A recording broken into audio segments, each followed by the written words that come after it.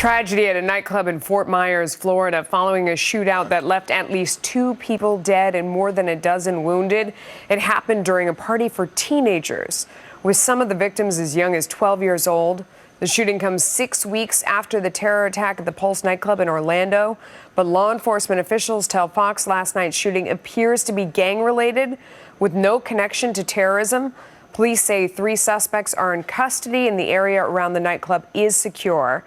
Steve Rogers is a former member of the FBI Joint Terrorism Task Force and a retired detective, also a retired lieutenant commander in the Office of Naval Intelligence. You're more than qualified to sit here and talk to us about all this, is what we're saying. You wake up in the morning and there's been another incident. It is hard to keep all of them straight. Talking about this attack in the Florida nightclub last night, gang-related, they say. But still, there is a fear for public safety in the U.S. right now. What do you make of that one in particular? Well, law enforcement used the term appear to be gang-related. Look, we all know in the intelligence community that ISIS at this point may be recruiting, if not influencing, gangs to get involved in terrorist activities. Now, gangs usually will go after 1 or 2 targets. They went after little kids. They went after teenagers in this particular incident. So before there's a rush to judgment that it's not, there's no solid evidence it's terrorist related, but I think law enforcement is being very careful on this and will draw a different conclusion down the road. Okay, so I want to go overseas now from this Florida incident as the Islamic State just claimed responsibility for a suicide attack in Germany. That is the 4th attack there in the past week. Police say a Syrian refugee blew himself up and wounded 15 others after he was turned away from a music festival.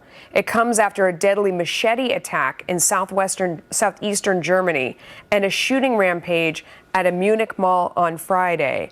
You put all of these together, Germany, I mean, this is a country with very strict gun control that is not used to this kind of violence at all. What do you make of it? One word describes this all: invasion. You know, in the past, invasions would take places at beaches. Troops would storm beaches. We are being invaded. We being the West, Germany, France, and they're here in the United States, and there's going to be a slow, very methodical attack on all of the Western countries. And unless we do something to stop it, these things are going to increase rather quickly.